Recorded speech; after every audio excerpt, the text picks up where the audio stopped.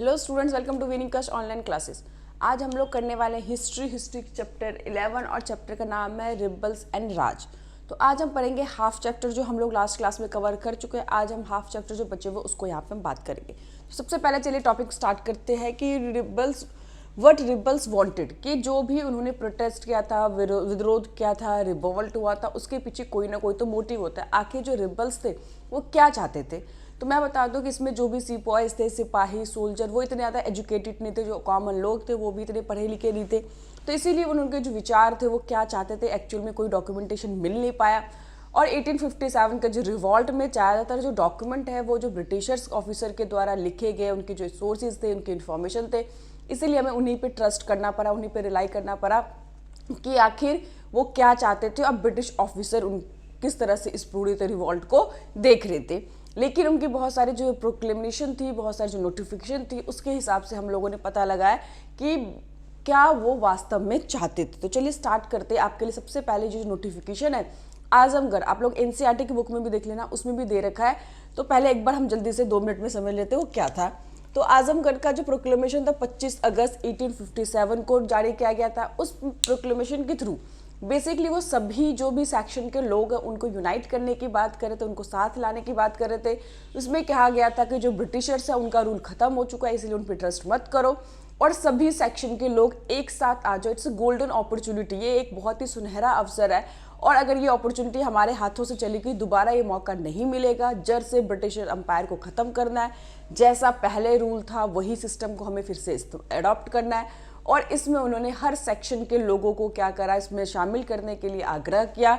तो बेसिकली उन्होंने कुछ मैसेजेस, कुछ इन्फॉर्मेशन सभी सेक्शन के लोगों को दिया, जिसमें उन्होंने सबसे पहले जमींदार को दिया, फिर ट्रेडर्स को दिया, फिर क्राफ्टमैन को, फिर जो रिलीजियस गुरु थे, गवर्नमेंट एम्प्लॉय थे, इन सब के नाम उन्होंने मैसेज किए। तो एक एक लाइन में समझ लेते किसको उन्होंने क्या क्या मैसेज किया। सबसे पहले उन्होंने जमींदारों को बोला कि आप सभी जमींदार के साथ बहुत बुरा हुआ ब्रिटिश एम्पायर के आने के बाद, ब्रिटिश रूल स्टैब्लिश होने के बाद आप लोगों को इलीगल तरीके से ज़मीनों से बेदखल कर दिया। उसके बाद उन्होंने परमानेंट सेटलमेंट जो एक पॉलिसी लेकर आए थे, उस पॉलिसी के तहत जितने भी बड़े बड़े लैंडलॉर्ड थे, ज़मींदार थे, उनकी पावर को ख़त्म कर दिया गया। उनको सिर्फ लैंड रेवेन्यू कलेक्ट करने वाला एक पर्सन बना के रखा गया, उसकी सारी शक्तियाँ सब कुछ उनको ख़त्म कर दिया गया।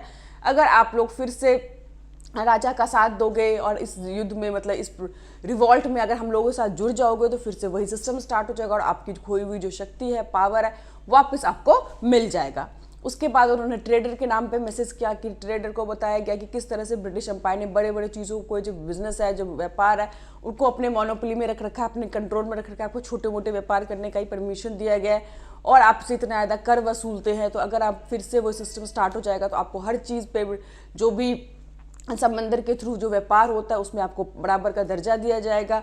उनको इस तरह से मिलाने की कोशिश की। उसके बाद जो गवर्नमेंट एम्प्लॉय है उनको बोला कि आप लोग ब्रिटिश के जो मतलब सिविल सर्विसेज में काम करते हो, आपको इतनी कम सैलरी मिलती है, बड़े बड़े पोस्ट जो अकेले ब्रिटिशर्स के लिए है, तो आप लोग उनकी नौकरी को छोड़ दो और जब यहाँ पे आपको फिर से जॉब मिलेगी उसमें आपको अच्छे पोस्ट मिलेंगे।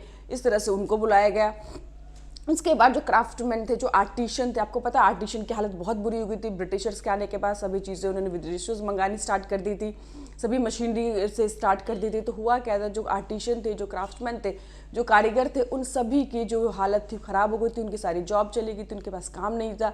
तो उनको बोला दोबारा से जो कोर्ट सिस्टम स्टार्ट होगा, फिर से राजा बनेंगे, यहाँ पे मालिक होंगे, उनका शासन होगा, तो आप लोगों को फिर से काम मिलेगा। उसके बाद जो रिलीजियस गुरु थे, हिंदू या मुस्लिम, सभी गुरु को मतलब आह्वान किया गया। उनको बोला गया कि ये जो धर्म की लड़ाई है, हम लोग अपने धर्म को बचाने के लिए लड़ रहे हैं। हमने ब्रिटिशर का बहुत अपमान सहा है, बहुत हमने उसके अत्याचार से, लेकिन अब वो हमारे बात धर्म के ऊपर आ गई है। और धर्म की बात जब आती है तो हर फर्ज बनता है कि आप धर्म गुरुओं का, कि आप लोग क्या हो, इकट्ठे हो, अपने अपने लोगों को समझाओ। और ये लड़ाई जो है बेसिकली धर्म की लड़ाई है, इसीलिए आप सबको इसमें क्या करना है, साथ देना। तो इसीलिए हर सेक्शन सोसाइटी के लोगों को उन्होंने कंबाइन करने की कोशिश की। और साथ ही साथ आपको पता होगा बहुत सारी जो नोटिफिकेशन थी, जो भी घोषणाएं थी, वो मुस्लिम रूलर या उनके नाम पे बेसिकली होती थी। तो बस उसमें हिंदू के सेंटीमेंट का बहुत ध्यान रखा जाता था। लैंग्वेज में हिंदी में भी होते थे, उर्दू में भी होते थे, फारसी में भी होते थे, ताकि किसी को भी मतलब ये ना लगे कि अगर लड़ाई में जीत भी जाएंगे तो हमें कोई फ़ायदा नहीं होगा। सभी के सेंटीमेंट, सभी के ख्याल रखा गया। और ये भी बताया गया कि इस लड़ाई से जितना बेनिफिट हिंदुओं को होगा उतना ही बेनिफिट मुस्लिमों को भी होगा। तो जो नफ़ा नुकसान है दोनों का बराबर बराबर है, इसीलिए सब साथ में मिलकर आओ, सभी लड़ो। और एक जो हमें एक अच्छा अवसर मिला हुआ इसको मत जाने दो, नहीं तो फिर से हमें ब्रिटिशर से गुलाम होना पड़ेगा और वो फिर से हमारे जो अत्याचार है वो करने लग जाएंगे। इस तरह से उनका मेन क्या था कि हर सेक्शन के लोगों को यूनाइट करना, आपस में जोड़ना, ताकि इस जो रिवॉल्ट है वो छोटे शहरों तक ही सीमित ना रहे, कि हर जगह हर तबके में पहुंचे। ठीक है, तो उसके बाद सभी सेक्शन के लोगों को लिया उन्होंने। अब आपको पता है जो ब्रिटिशर्स थे उन्होंने क्या करा, दिसंबर 1857 में जो जगह थी बरेली, ठीक है, आपको याद रखना है कि ये जो बरेली जगह थी वहाँ पर ब्रिटिशर्स ने कोशिश की कि इस यूनिटी को, हिंदू मुस्लिम सारे मिलकर एक साथ जो ब्रिटिश पर उन्होंने हमला बोल दिया, अब इस यूनिटी को वो तोड़ना चाहते थे। इसीलिए बरेली में उन्होंने हिंदू मुस्लिम को पुरानी पास्ट याद दिलाया, किस तरह तुम्हारे पर अत्याचार हुए हैं, और साथ ही साथ 50,000 रुपये तक उन्होंने इश्तिहार में भी खर्च किए लोगों को समझाने के लिए, बट वो इसमें भी नाकामयाब रहे। हिंदू मुस्लिम की जो यूनिटी उसमें कोई फर्क नहीं पड़ा, वो लोग मिलके आपस में लड़ रहे थे।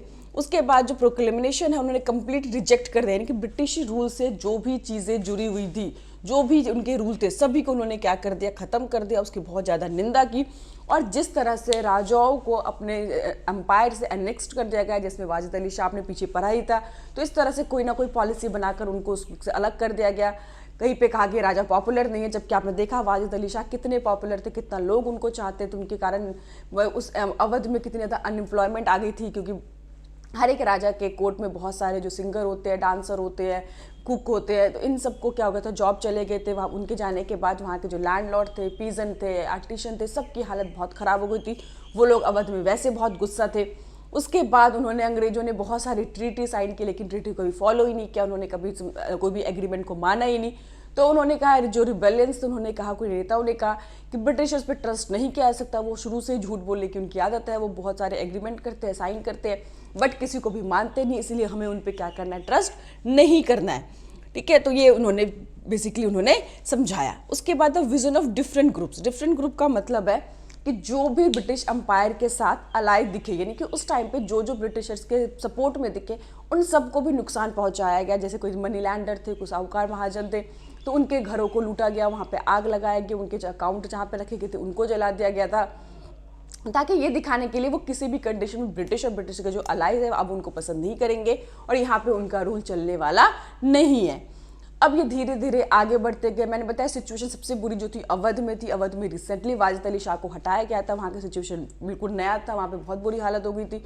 वहाँ पे एक अंग्रेज ऑफिसर ने लिखा भी था कि यहाँ पे अगर हम बात करें 4 अगर मेल पर्सन है तो उसमें से 3 लोग जो है इस रिवॉल्ट के साथ डायरेक्ट इन्वॉल्व है, जुड़े हुए हैं।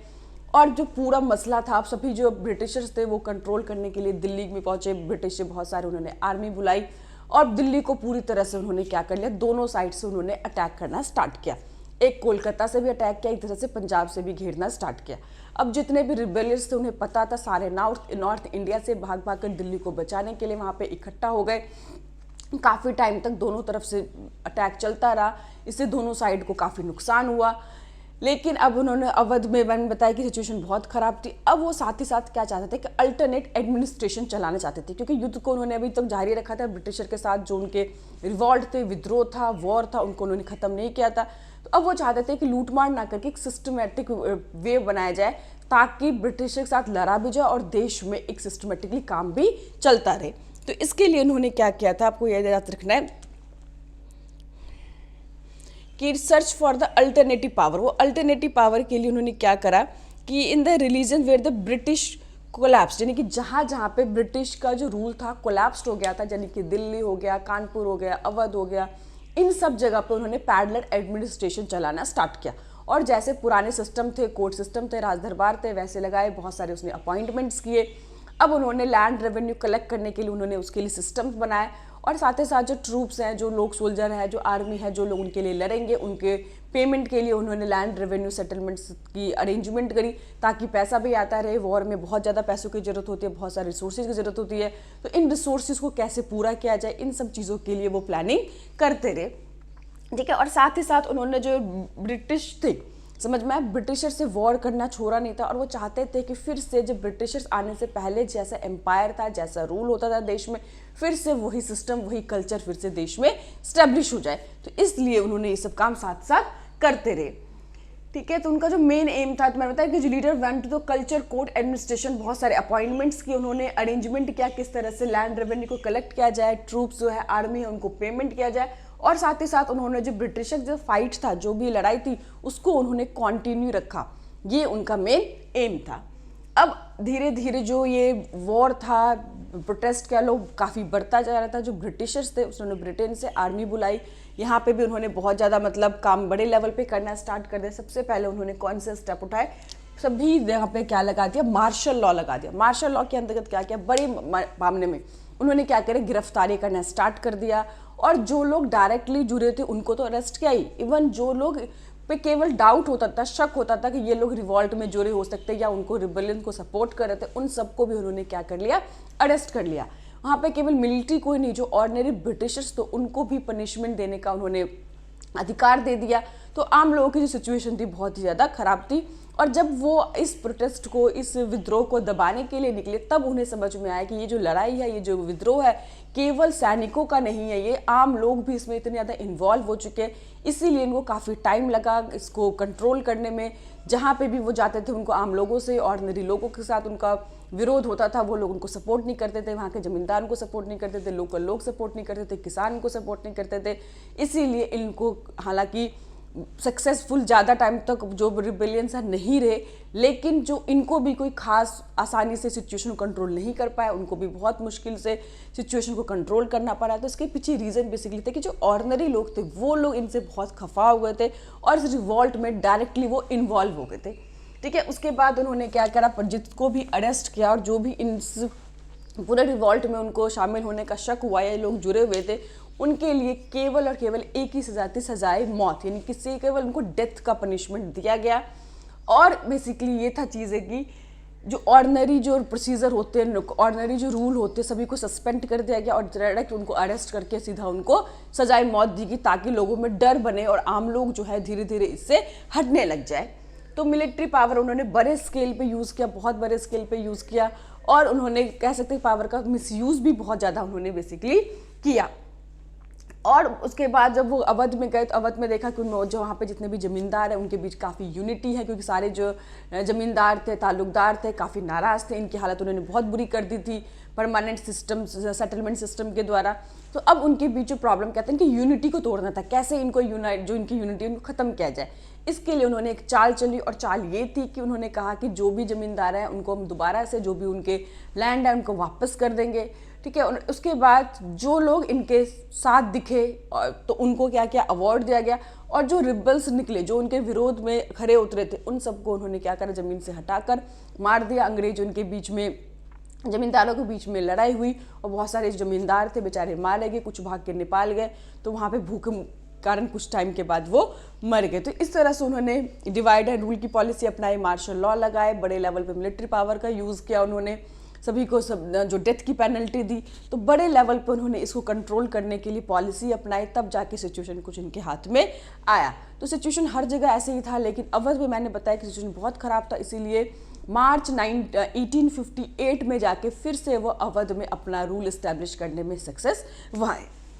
उसके बाद है कि यहाँ पे जो इमेजेस ऑफ रिवॉल्ट, कि ठीक है हो गया, लेकिन अब इन्होंने बेसिकली क्या करा कि आम लोग, यानी कि वो लोग सजाए मौत जो लोगों को दे रहे थे, तो ब्रिटेन के लोगों को ये दिखा रहे थे कि उसके अंदर जो भी रिबल्स थे उन्होंने किस तरह से अत्याचार किया ब्रिटिशर्स के ऊपर, ब्रिटिशर्स की वाइफ के ऊपर, उनके बच्चों के ऊपर।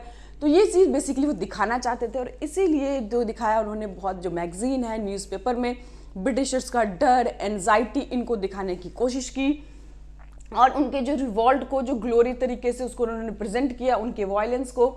तो जिसके कारण जब लोगों में, आपको पता कोई भी जो मीडिया जैसे न्यूज़पेपर है, टीवी है, अगर आप लोग देखते हो किसी के साथ बहुत बड़ा अत्याचार हुआ, जैसे आप लोगों वाले सिख दंगे हुए थे, हम लोग, आप लोग नहीं उस टाइम पे थे, लेकिन जब आप सुनते हो कि खुलेआम कत्लेआम किया गया, घर से निकाल कर मारा गया, दंगे बहुत बुरी तरह से करे, एक एक सिख को ढूंढा गया, उनकी घरें जला दी गई, तो आपके मन में गुस्सा आता है, मतलब प्रतिरोध आता है, मतलब बदले की भावना आती है।